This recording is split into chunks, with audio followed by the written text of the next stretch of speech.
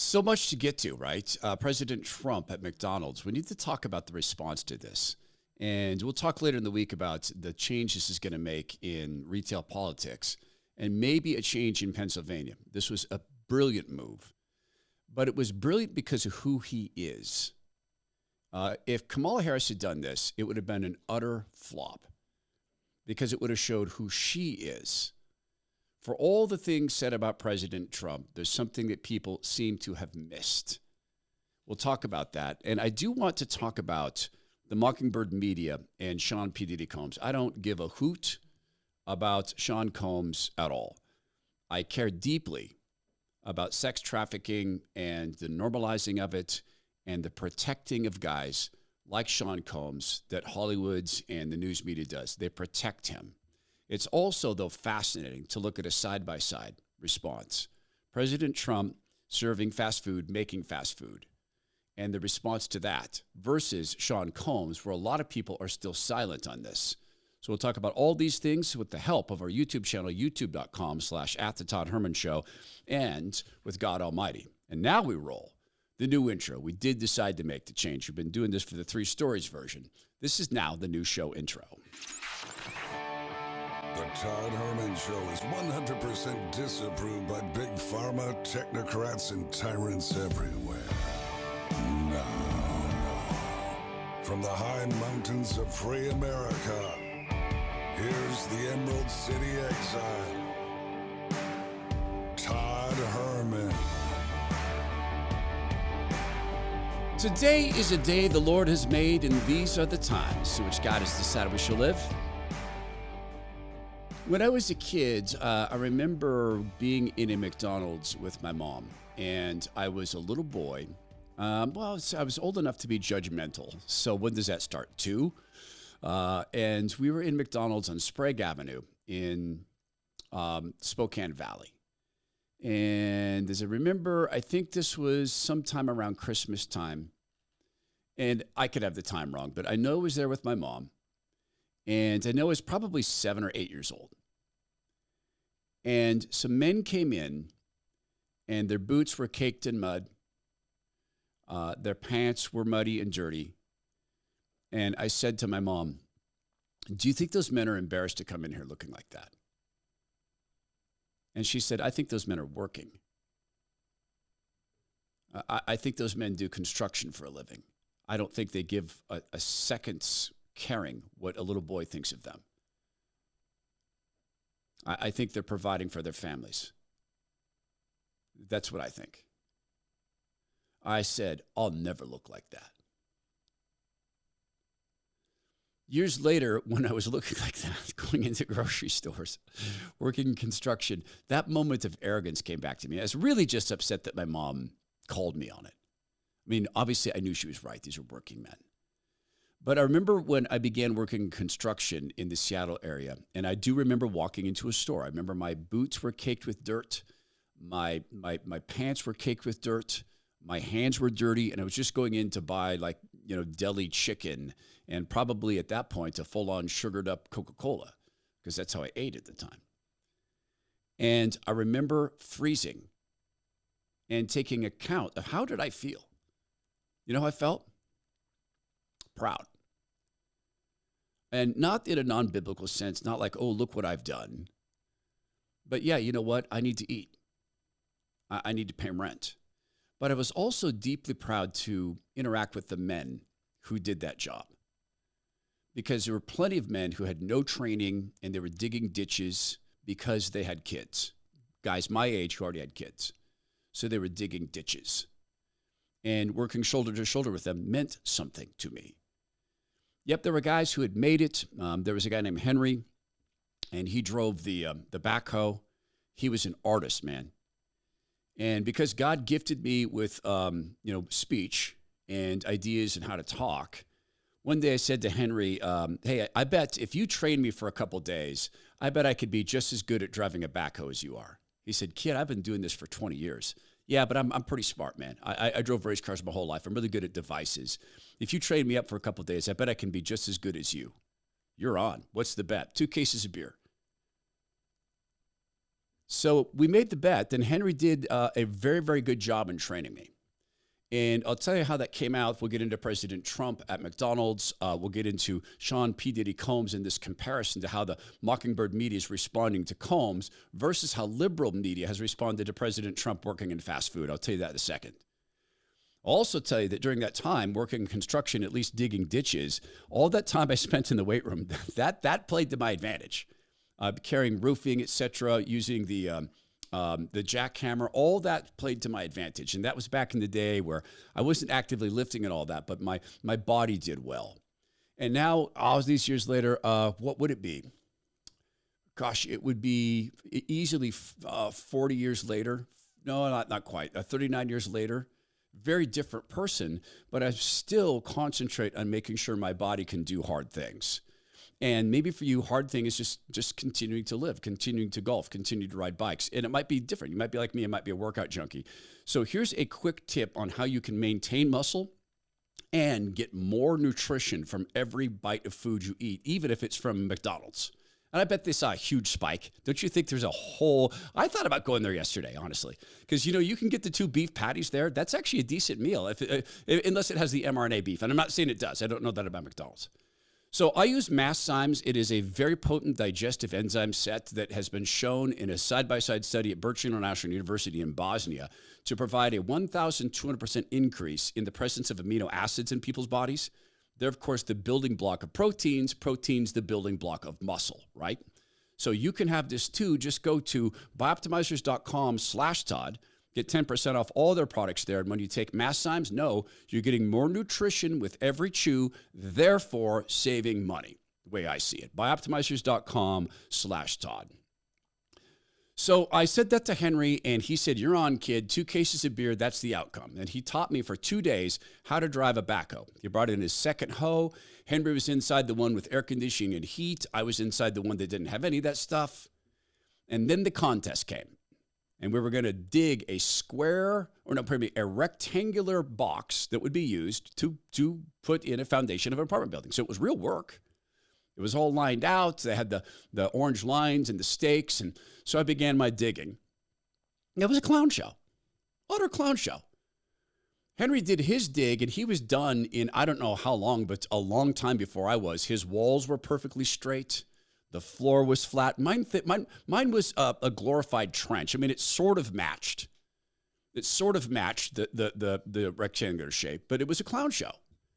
So we jumped down. Henry came over and said, "You owe me beer." I said, "Yeah, I do. I owe you 2 cases of beer. Thank you for teaching me how to drive a backhoe." And he looked at me and said, "What?" I said, "You taught me how to drive a backhoe. I appreciate it." And the guy who ran the job crew came over and said, "Well, at least you can dig trenches." So sure enough, my job went from digging ditches and driving a bobcat to sitting in a backhoe, digging trenches because of Henry. And when I bought him a case of beer, he goes, "You conned me, man. I taught you how to drive that thing for a couple of cases of beer." I said, "You did." And I'm always going to be deeply appreciative of that. So President Trump, I think, has a very similar attitude. When President Trump went to McDonald's, this would have flopped, utterly flopped. If this had been Kamala Harris, it would have flopped for a very specific reason. This worked because of who Donald Trump is as a human being, who God has made him. I'll tell you what, it's a great franchise, it's a great company, and they've been very, very nice. And if you look at really what's happening, look at the crowd over there. Look how happy everybody is. They're happy because they want hope. They need hope. And that's what we're doing. That's what we're going to give much more than hope. What does working the fryer tell you about the people of Pennsylvania? Make it fact.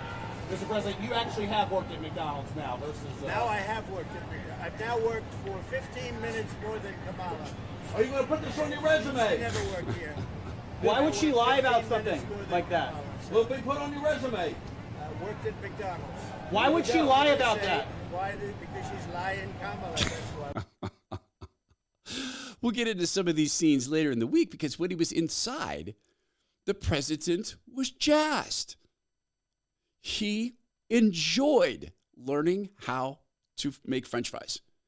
He enjoyed going through the drive-thru window. Now, at the drive-thru window, of course, he's being adored. There's people astonished to meet him, and President Trump loves himself. and he has narcissistic tendencies, so he's enjoying that. But he enjoyed his time in the restaurant. He had joy learning these tasks. He asked questions. This worked because somehow, for some reason, and I'll never understand this about the man, he respects real work. Now, maybe this is because he's never done it. I mean, yes, there's this. He worked in his hotels. He actually did. There's video of him washing sinks and toilets in his hotels. But maybe it's because he understands the business that he's in, or has been. I mean, it's now the licensing business, but the construction business, which he truly loves. I think it's because he understands the difficulty of doing tasks like that. And so he has this deep love for people who do that. Now, let's look at some of the responses. This is from the Palmer Report. Picture of the president in the drive-thru window from the portion of the interview you just saw and or heard. The real proof of Donald Trump's dementia is that he let his handlers do this to him today without pushing back about what a humiliating idea it was. Utterly humiliating, says the Palmer Report, to work at an honest restaurant. To spend the day working like other Americans work. Utterly humiliating. Why? How is it that Donald Trump is above that work? How is it that the people of the Palmer Report are above that work? Well, they're information workers. They have really important brains that make really important words and take those vitally important words and string them together into earth-shaking, world-changing paragraphs that are literally rescuing us and warning us about the literal orange Hitler fascist. They're far above working a fryer. What this has probably done in Pennsylvania is it has put a face of joy on menial labor. It's put a face of respect on menial labor. The comparison to have had Kamala done this, she couldn't have. She couldn't have been in there for more than a couple of minutes because the stink of work would bother her. She clearly believes she's above things like this. How? How can I say that? Because she lied about having done them. If you've actually worked a job like McDonald's or you've worked a job like construction, I don't think you go around lying about that because I think you understand the honorable work that it is. Now, I don't want to belabor this unnecessarily, but I will predict it's going to result in a bump for President Trump in Pennsylvania. He went to the Steelers game after that, and they didn't put him on the big screen. Interesting. A woman who was a Trump fan did rush the field with the Trump sign. People chanted USA, USA, USA when they saw that he was coming in. I think this is going to be a big change. Josh Shapiro, by the way, and I didn't pull this video down. I guess I could have. But Josh Shapiro, the so-called governor, or rather the dictator of Pennsylvania, has effectively threatened now to start putting people, well, specifically Elon Musk, in prison. Because Elon Musk is running a contest that if you sign up with his super PAC, which is in favor of free speech and the Second Amendment, you sign on to that, he's randomly giving away $1 million. It's a raffle. It's perfectly legal. But Josh Shapiro says we need to look into putting him in prison. So the response to President Trump on MSNBC was very similar to the Palmer Report. Ain't that strange? They said that it showed that President Trump, this shows that he's not well, that he did this, that it's bizarre behavior. He's not well. So when Tim Walz dresses up in a hunting jacket and an Elmer Fudd hat and says he doesn't know what a venture capitalist is, that's performance art too. When Kamala Harris puts on a cartoonish Detroit girl black accent from the inner cities and speaks Ebonics all of a sudden, that shows she's perfectly what? Attuned? President Trump is himself inside this restaurant. That's one other aspect of this. He was him. He didn't go in and code shift and pretend to not be President Trump. He didn't go in there and pretend to be stupid and to use low IQ words. He didn't do that. He was just himself. And people can sense that. I'm going to bet there are people who left that day working with President Trump who went home and said, you know what, I might vote for this guy. He respects my work and he was fun to be around. I don't think you can pull that act off if you don't really, really believe that, if you don't really have a sense of thrill for that. If you've ever done something like gone on a ride along with cops, you don't really know until you know. And the couple of times that I've done overnight ride-alongs with cops, I've come out with far more respect, even than I have now for law enforcement. But I also step back and say, wow, the camaraderie, the reality of this, that happens in places like McDonald's. So if you shift gears from this and you look over now to Sean P. Ditty Combs, what we're discovering about Combs is the same thing that we discovered about Jeff Epstein, although in the case of Combs, we're already learning about some of his victims and maybe some of the people with whom he worked.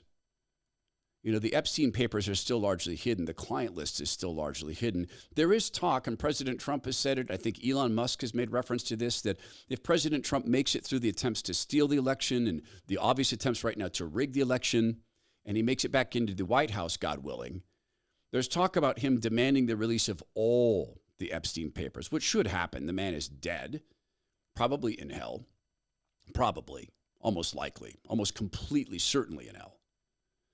So the Sean P. Ditty Combs scandal, we are now learning, is a 30-year scandal. And I want you to hear and see the voice of a woman who knows what it's like to be abused in Hollywood. Sexually abused, according to her. It's her statement. I believe her. I don't think she has any reason to lie about this because there's no win. So we're going to look through, what did the Mockingbird media know about Combs? When did they know it? And how does that affect its trust rating? And we'll start there with trust rating in a second. When you look at a world that has a Sean P. Ditty Combs able to get away with this for 30 years, and you compare that to other people who are working so very hard to break through or to get to a point where they feel financially secure, they have housing security, it's kind of a different world. Now, my friend Tim Cruikshank, founder and CEO of Bone Frog Coffee and now Bone Frog Cellars, he's not at that point where he's seeking food security or home security. He's a retired Navy SEAL. He did three deployments on our behalf, so he's got that pension. He's got Bone Frog Coffee, which has done very well. It's done well through you guys. He's not set yet. We want to make sure he gets set because, first of all, the products are fantastic, and so is he. Bone Frog Cellars has the same label that you get on the coffee. It is the Bone Frog. It is the insignia of a fallen Navy SEAL, slightly changed, so as to not steal the original artwork. And Tim actually knows the guy, I think, who created that original artwork. Bone Frog Cellars has two wines. One is a Cabernet, one is a Merlot. Since I don't drink and I don't particularly like wine, and Tim knows this, I turned to my friends who love wine and nervously filmed them. And they said, what if we don't like it? You still going to use the footage? I said, I'll show Tim. I mean, if you don't like it, I'll show Tim the footage, but no, I probably won't air it.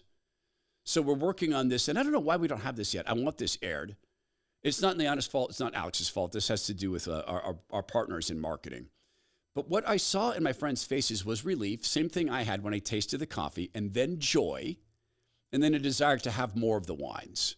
So for the holidays, for Thanksgiving and Christmas, and I think that's a big wine time for people, right? Go try this. Go to bonefrogsellers.com/Todd. Get 10% off the wines there. It's bonefrogsellers.com/Todd. And remember, of course, 10% of proceeds go to support the Navy SEAL Foundation for the families of fallen Navy SEALs. bonefrogsellers.com/Todd. The share of people who have a great deal of trust or fair amount of trust in the mass media is just, as you know, absolutely plummeting. At one point, it was about 55% of people. Right now, it's down to about 31% of people. Those numbers are going from 1972 to 2024. We're going to talk in a second show today about the FBI and this, and about misinformation in this chart. I might mention it during this show, because there's a reason why we're seeing a rise of mis and disinformation. So let's start the exploration of Sean P. Ditty Combs with a memory of another sex trafficker, and far worse than, not worse than that. He was a rapist and a sex trafficker, but he was also a eugenicist who had a fever dream that he was working on of repopulating the planet using his seed. He was working on that in a lab in Arizona with other powerful men, question mark. We know he wanted it done. Do we think that Bill Gates and others don't want their seed repopulating the earth? People made in their image, they might say. Let's remember this moment on a hot mic with the Daily Wire as a reporter talks about her story on Epstein getting spiked. It was unbelievable. ABC's Amy Robach visibly frustrated, discussing an interview she got with an alleged victim of accused sexual predator Jeffrey Epstein 3 years ago that never aired. She had pictures, she had everything. She was in hiding for 12 years. We convinced her to come out. Robach, who did not know she was being recorded, suggests in a video released to the conservative activist group Project Veritas that ABC didn't want to upset the royal family since allegations involved Prince Andrew. First of all, I was told, who's Jeffrey Epstein? No one knows who that is. This is a stupid story. Then the palace found out that we had her whole allegations about Prince Andrew and threatened us a million different ways. The incident, not an isolated one. Ronan Farrow details in his book Catch and Kill how during his tenure at NBC, top executives ordered him to stop reporting on accusations against movie mogul Harvey Weinstein.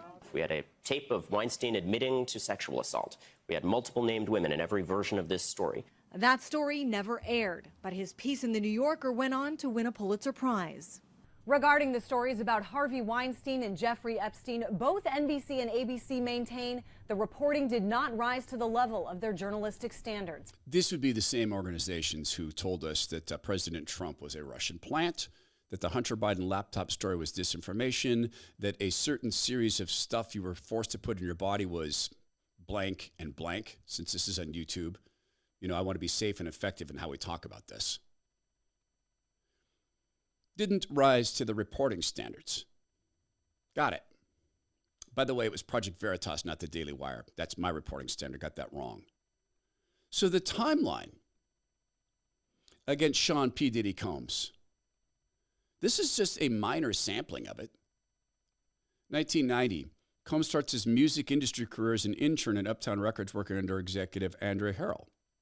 90 to 91. According to a November 2023 lawsuit, Combs and R&B singer Aaron Hall allegedly sexually assaulted an unnamed victim and a friend after a music industry event, then beat her several days later when confronted. 1991. According to a November 2023 lawsuit, Combs allegedly drugged, sexually assaults, and videotapes 19-year-old Joy Dickinson after going on a date with him. 1993. After being fired from his duties at Uptown Records, Combs starts his own label, Bad Boy Records. The label grows in popularity and notoriety over the course of the decade, breaking the careers of Craig Mack, the Notorious B.I.G., Mace, The Lox, Faith Evans, and more. June 1995, according to an October 2024 lawsuit, Combs sexually assaulted an unnamed victim in the bathroom during a New York City promo party for the Notorious B.I.G.'s music video, One More Chance. During the alleged attack, Combs cornered her in the bathroom, and began kissing her aggressively. When she tried to pull away, he struck her, slammed her to the floor, and raped her. After the assault, but before leaving the bathroom, Combs reportedly told the victim, "You better not tell anyone about this or you will disappear." 1995 to 1996. According to a May 2024 lawsuit, Combs allegedly sexually assaulted an April Lampros on several occasions. In one incident, she alleges he forced her to perform oral sex in a car, which she says was witnessed by a parking attendant. In another, she claims he forced ecstasy down her throat, made her have sex with his then-girlfriend Kim Porter, and then raped her. 1996, Combs is found guilty of criminal mischief for threatening a photographer for the New York Post with a gun. And we could continue up through now. A lot of this coming from this lawsuit. This must have been unknown. People in Hollywood must have not known about it. Because if they had, they would have told us. Just like they told us about Harvey Weinstein and Jeffrey Epstein. I mean, they would have no reason to hide this other than the fact that they all work effectively for the same bosses, BlackRock and Vanguard. They're all interdependent in one way or another. They're all in the same industry. They all know the same people.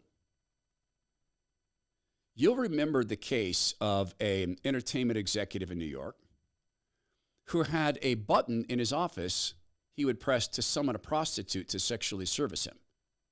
Just press the button, and she came. Everybody knew it. No one discussed it. Matt Lauer, Charlie Rose. These things were not isolated. Power does something to people. It immunizes them. I remember one night in Boston, I was back at a Microsoft event, and there were two young women I'd gotten to be friends with and still consider friends, just haven't talked to in a while. And we hung out a lot at industry events with groups of people, never one-on-one. We went to sales calls one-on-one, but never hung out, never did the dinner thing, never did that. But we'd been at this event in Boston, sitting at a table together with a bunch of other people, and they asked me to go upstairs with them so they could get something out of their hotel room and come back down. I didn't go into the hotel room. It wasn't about that. On the way up, I said, so why am I here? And they said, oh, well, everyone's just putting it out there. What's that mean? You know what that means? No, it means that there are men who are just putting it out there that since we're overnight in Boston, this is a time to have sex with them. Oh, we don't think. No, we don't think. That's why you're in the elevator. We don't think. We know you're not that way. So we go upstairs, they go into the hotel room, and I don't remember what they got, and we went back downstairs. And on the way back down, I said, like, how prevalent is this? Oh, you don't know? And they went on to tell me about 3 male vice and senior vice presidents who just that weekend already had designs. They'd already flown their personal assistants out on the private planes that Microsoft had. They'd already given them the helicopter rides around the city. They'd already set them up with suites next to their own with connecting doors. Oh, gosh, how naive. Sure enough, after that event, everybody knew. Yeah, I didn't say anything either. Yeah, I'm kind of ashamed of that. My defense, consenting adults. The women consented. I probably should have said something to HR, but then again, they knew.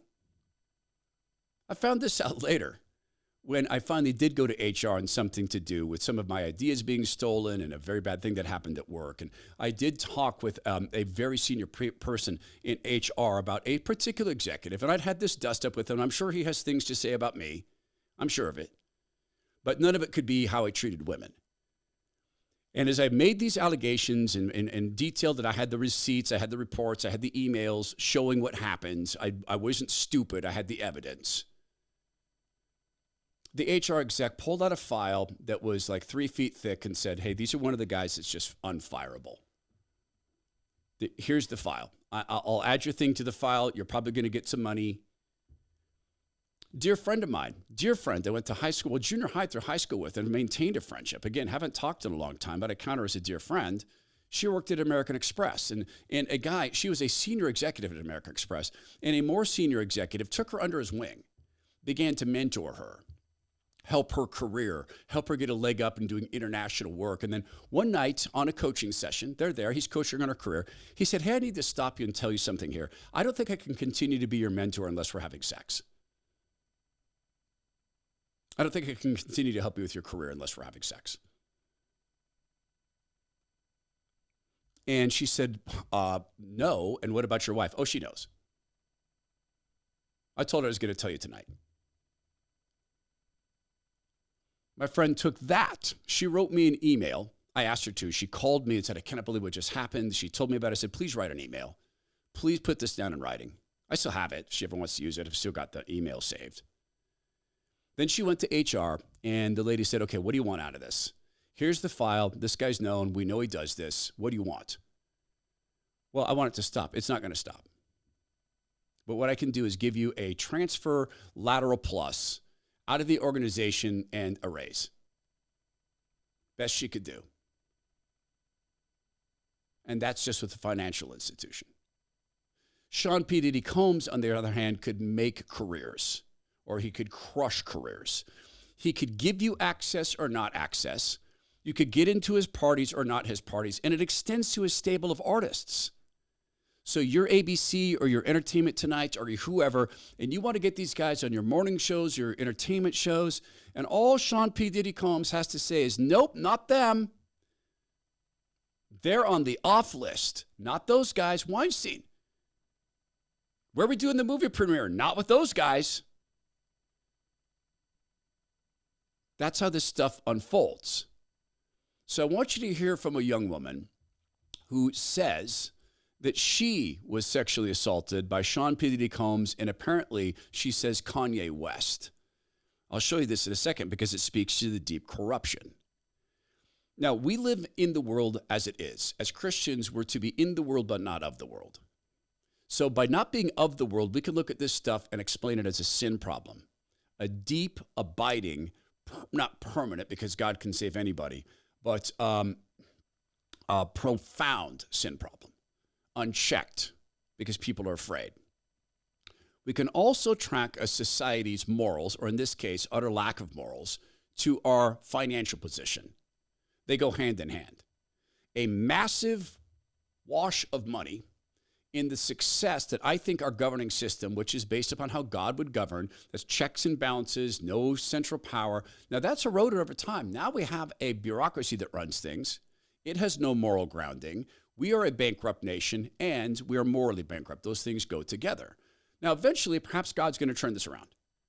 I have a friend of mine who is of the firm belief that God is just waiting in the wings to rescue America and to turn it around and have a great revival. May it be so. Maybe not, though.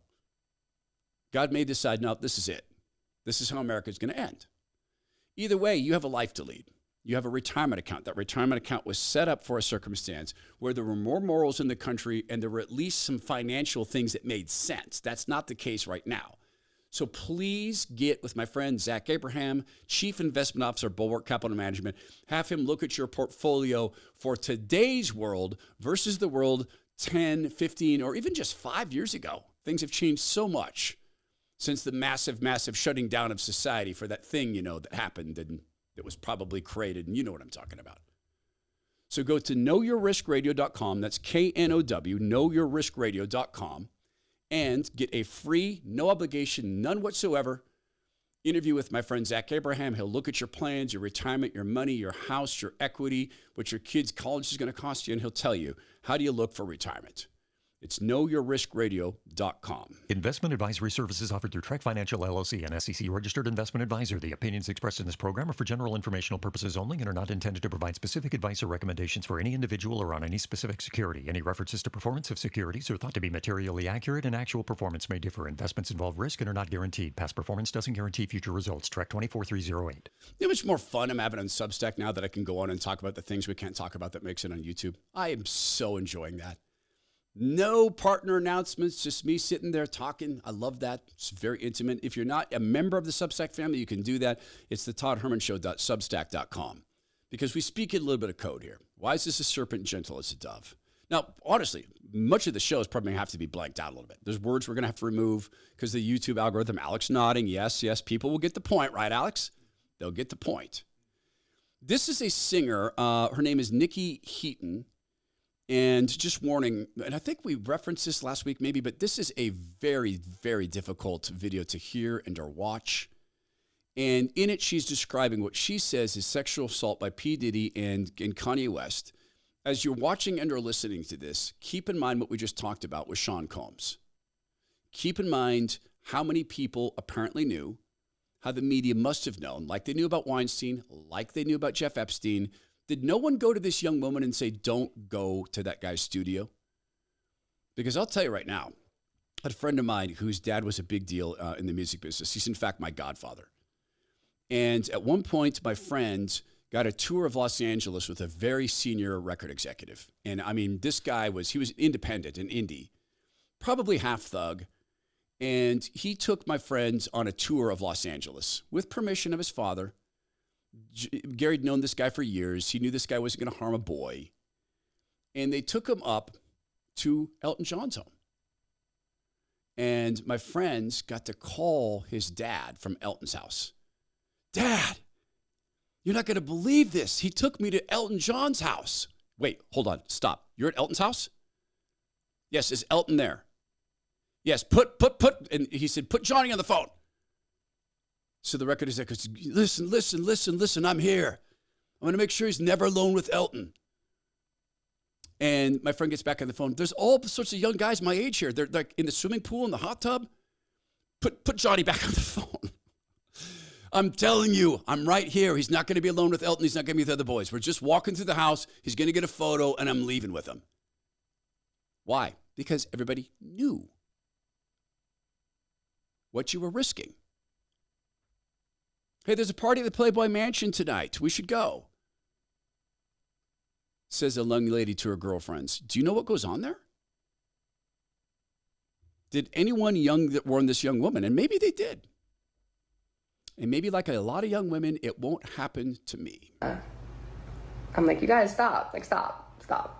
And they're getting to the point where they have like ripped my shirt off. And like, I'm like almost fully exposed at this point. And they're both coming at me. And I'm like, you guys, like, seriously, this isn't funny anymore. And I look to my left where his executive is. Like, we know him pretty well. Like, we've been around him a lot. He's literally 3 feet away from me. Like, if I reached and he reached too, like, we could touch. Like, he's that close. And I look and I'm like, hey, like, I give that look where I'm just like, come on, like, step in. Like, this isn't cool. Like, you're a grown man. Like, you're like 50 years old. I know you have a family. Like, you know this isn't right. Like, do something. And this is the part that for as long as I live, I will never forget. It isn't actually the aspect of being sexually assaulted. That's not what haunts me. It's this. It's as these two grown men were pawing at me, trying to take my clothes off, I look over to this man asking for help, and I literally mouth the word help. And we lock eyes. And he looks away.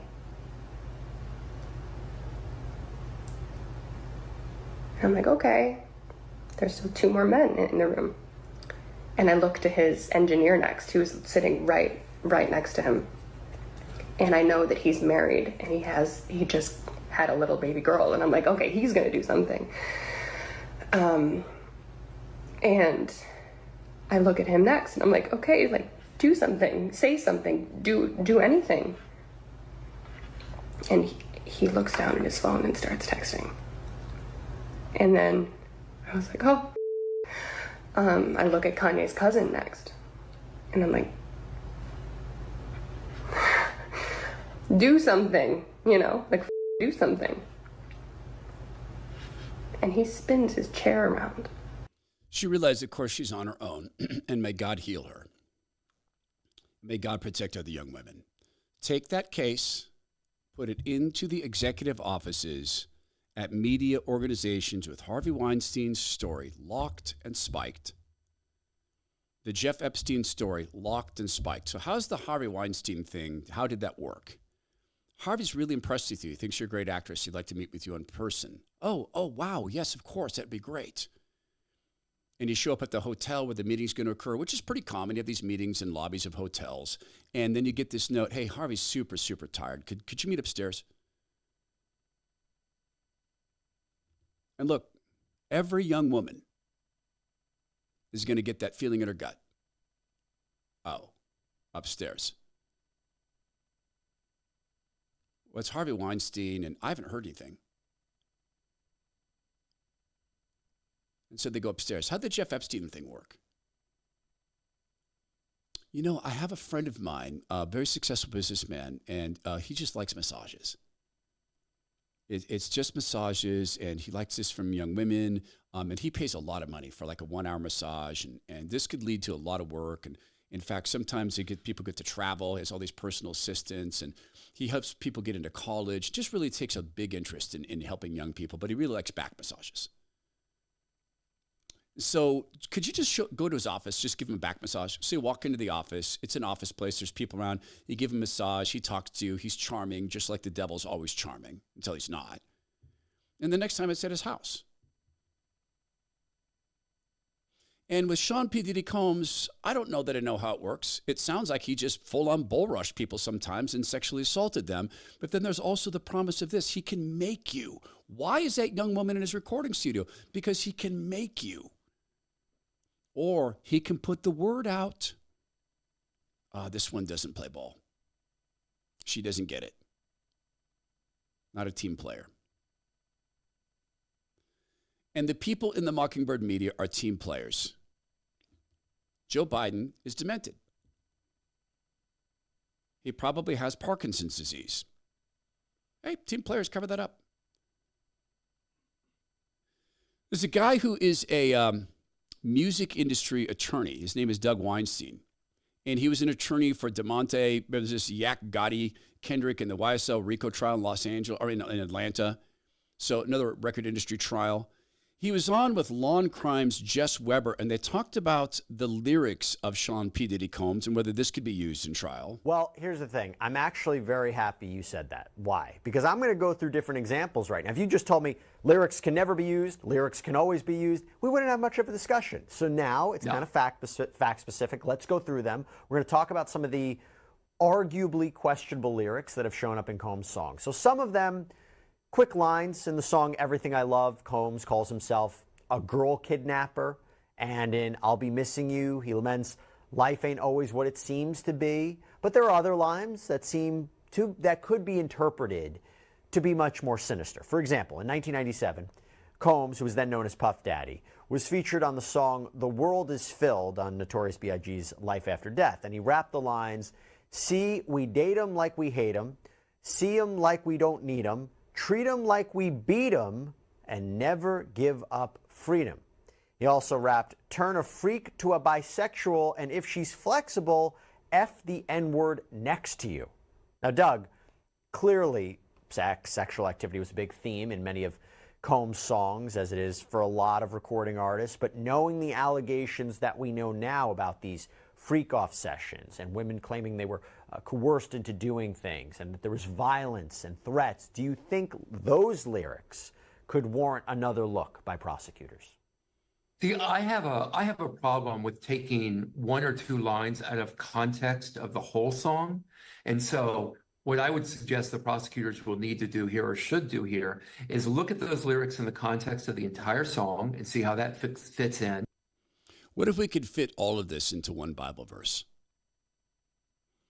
In 2 Timothy chapter 3, verse 2, we read, people will be lovers of themselves, lovers of money, boastful, proud, abusive, disobedient to their parents, ungrateful, unholy. Did we miss anything? All in one verse from 2 Timothy chapter 3, verse 2. And so it has come to be. Then there are people who are cowardly and know these things are going on and do nothing. Some of them are in the studio. Some of them are in other studios, spiking stories about stuff like this. I do predict it will come out that there were stories completely locked, just like with Jeff Epstein and Harvey Weinstein, and they got blocked. Just like so much gets blocked today in society. You are being blocked right now from getting some of the most important actual health care that you could ever have. I had an early morning conversation with a dear friend of mine. We work with the youth team together. And he called me to share the fact that he is in utter physical misery right now because there's something going on in his lower back. And he finally told his wife about Renew.healthcare. They finally had a conversation about this. So I called my friend this morning and went through the steps of this. Now, he is a little bit older than me. Evidently, if you look at him, he's in very good shape, takes care of himself, eats too much sugar, which really can mess you up inflammation-wise. We'll talk about that one day. But I told him at 6 o'clock in the morning, one-on-one, the same thing I will tell you now. Lower lumbar-related pain is an absolute sweet spot for the people at Renew because surgeons want to cut you, doctors want to drug you. What if the problem is as simple as a massive amount of inflammation in your back? And the cure, the actual cure, comes from ethically gathered stem cells from placentas and umbilical cords. And it works like this. Simply give the people at Renew.healthcare permission to look at your medical records. Your provider can help you with that. Usually you can do that online. They'll go look. They'll look at the MRIs. When they look at the MRIs, they'll quickly be able to determine if they can help. Then they'll do a video call with you. They'll describe the help, how much it's going to cost. In your case, all this is done per patient. There's no price scale because they don't know what they're dealing with. And they'll tell you the percentage of chance they have of actually turning this around. Correcting that lower lumbar pain starts by destroying the inflammation and then rebuilding the tissue. That's the magic of these stem cells. Plan to then spend 3 or 4 days in a beautiful resort. It's in Puerto Vallarta, Mexico. The resort's called Paradise Village. It's right on the beach. It's a 10-minute walk from Renew. plan on lots of great food, plan on being in a hyperbaric chamber 3 or 4 times, just sitting around watching a movie, as they use that hyperbaric chamber to drive out the inflammation in your body, to drive the stem cells into your body. Count on it being like being at a world-class resort, even as you're in Renew. It's very much like a high-end W hotel experience, even while you're getting the treatment. Find out. You don't need to be in pain, and you may not need to be cut open. You may not need the pills. Go to renew.healthcare. It's RENUE.healthcare. And please do tell them you're part of the Todd Herman Show family. YouTube, radio shows, podcasts, whatever platform you use, or all of them. Renew.healthcare. So remember that chart I showed earlier about the decline in media and how over the 1970s it's gone from about 53% of people trusted the media. Then it's now down to about 31%. There's another chart that if you put side by side with that, it's fascinating. The frequency of the use of the phrase mis and disinformation in the Mockingbird media began squarely in about 2016. It skyrocketed. Who was driving that? Government was driving the use of the phrase misinformation and disinformation that made it into the Mockingbird media. Now, why would they want to do that? Because they want to control the truth. But something else happened around that time period. The explosion in social media news, right around that time period, began really around 2010, when people really started to share things in social. Facebook, by about 2011, drove more traffic to websites than Google and all search engines combined. Twitter came along right after that and started to dominate the breaking news category. Now you have Rumble, you have sources like this.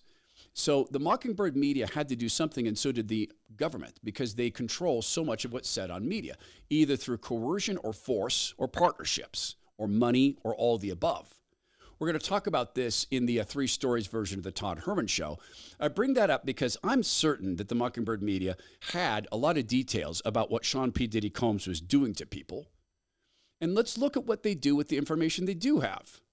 This is Mika Brzezinski, and she's responding after Kamala's interview with Bret Baier. Listen to her interpretation of events. We witnessed a man who spent his life as a down-the-middle journalist, seeming to throw it all away for his audience of one, interrupting the vice president awkwardly and unnecessarily, ignoring many issues that define this campaign. She got her point across despite every effort to talk over her. She showed up, and she showed Bret Baier and Fox News out, and she was able to show the problem in real time.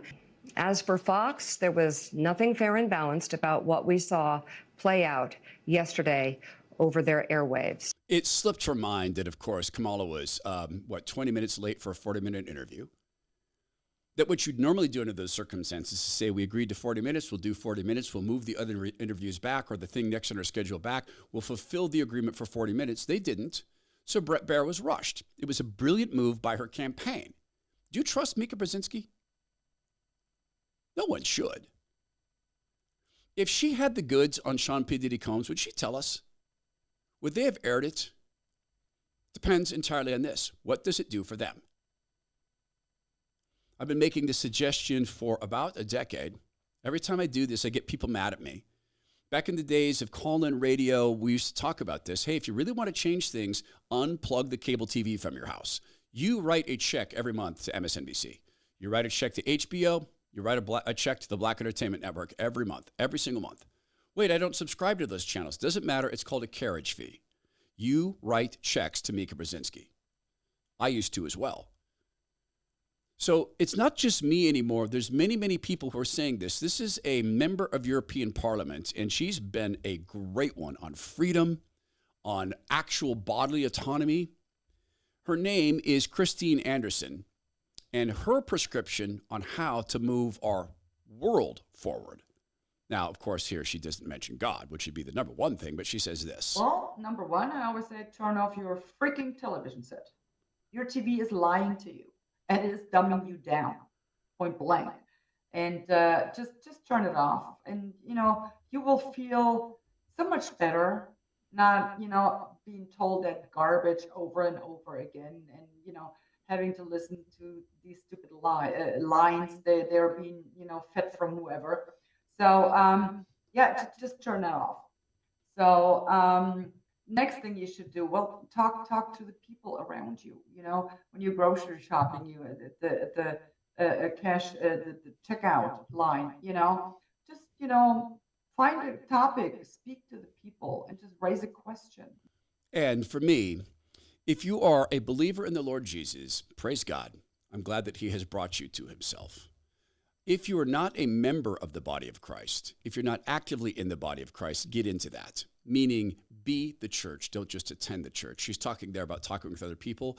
Create strong, real relationships, and then talk about our world, the fallen nature of it, and what the Lord warned us about, and the prescriptions he provides in the Bible. Observe, how do you feel around people? Are you receiving the fruit of the Spirit? Are you receiving biblical love? Are you giving biblical love? Use these as KPIs, key performance indicators. And when you meet a person like a Sean P. Ditty Combs, take all spirits captive. Because you may well meet a powerful person one day who can do a lot for you if you just do this one tiny thing for them. That may happen to you, and it may happen to your kids.